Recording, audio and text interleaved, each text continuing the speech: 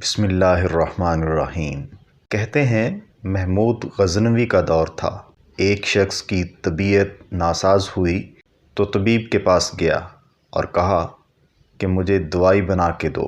طبیب نے کہا کہ دوائی کے لیے جو چیزیں درکار ہیں سب ہیں سوائے شہد کے۔ تم اگر شہد کہیں سے لا کر دو تو میں دوائی بنانے کے لیے تیار ہوں۔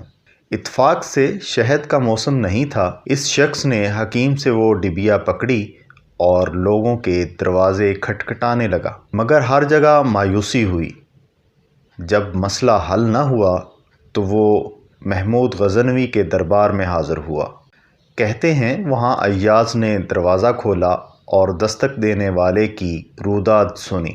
اس آدمی نے وہ چھوٹی سی ڈبیا دی اور کہا مجھے اس میں شہد چاہیے۔ ایاز نے کہا آپ تشریف رکھیے، میں بادشاہ سے پوچھ کے بتاتا ہوں۔ ایاز وہ ڈبیا لے کر بادشاہ کے سامنے حاضر ہوا اور عرض کیا کہ بادشاہ سلامت، ایک سائل کو شہد کی ضرورت ہے۔ بادشاہ نے وہ ڈبیا لی اور ایک طرف رکھ دی۔ ایاز کو کہا کہ 3 بڑی بوتل شہد کی اٹھا کر اس کو دے دو۔ ایاز نے کہا حضور اس کو تو تھوڑی سی شہد چاہیے، آپ 3 بڑی بوتل کیوں دے رہے ہیں؟ بادشاہ نے ایاز سے کہا ایاز وہ مزدور آدمی ہے، اس نے اپنی حیثیت کے مطابق مانگا ہے، ہم بادشاہ ہیں اپنی حیثیت کے مطابق دیں گے۔ مولانا رومی فرماتے ہیں آپ اللہ پاک سے اپنی حیثیت کے مطابق مانگیں، وہ اپنی شان کے مطابق عطا کرے گا۔ شرط یہ ہے مانگے تو صحیح۔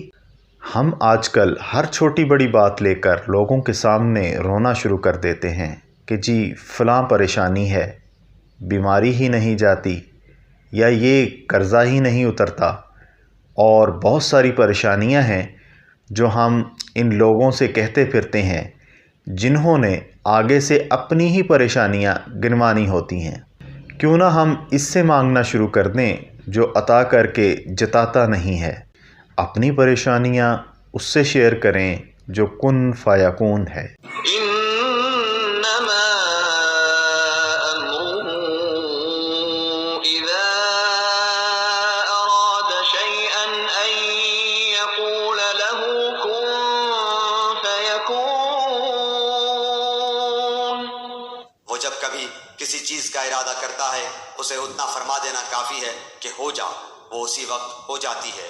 وہ لوگ جنہوں نے ابھی تک ہمارے چینل کو سبسکرائب نہیں کیا وہ ہمارے چینل کو سبسکرائب کر لیں اور بیل آئیکن کو دبا دیں تاکہ آنے والی ویڈیوز کے نوٹیفیکیشن ان تک بر وقت پہنچ سکیں، اور ہماری ویڈیو کو لائک اور شیئر ضرور کر دیں تاکہ دوسرے لوگ بھی اس سے مستفید ہو سکیں۔